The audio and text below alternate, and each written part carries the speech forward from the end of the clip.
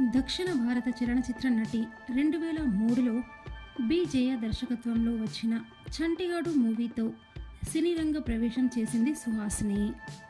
సుహాసిని తెలుగు, తమిళం, కన్నడ, భోజ్పురి వంటి పలు భాషా చిత్రాల్లో నటించి మంచి గుర్తింపు తెచ్చుకుంది. ఈరోజు మనం ఈ వీడియోలో సుహాసిని నటించిన సీరియల్స్ గురించి తెలుసుకుందాం. సుహాసిని 2010లో అపరంజి అనే సీరియల్ ద్వారా తెలుగు బుల్లితెర ప్రేక్షకులకు పరిచయమైంది. ఈ సీరియల్ ద్వారా సుహాసినికి ఎంతో గుర్తింపు వచ్చింది. తర్వాత అనుబంధాలు, అష్టాచెమ్మ,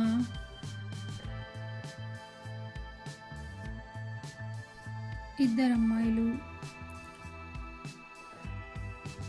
నా కోడలు బంగారం, గిరిజా కళ్యాణం, దేవత, శివశంకరి, మామగారు వంటి పలు సీరియల్స్లో నటించి తనకంటూ బుల్లితెరపై మంచి గుర్తింపు తెచ్చుకుంది.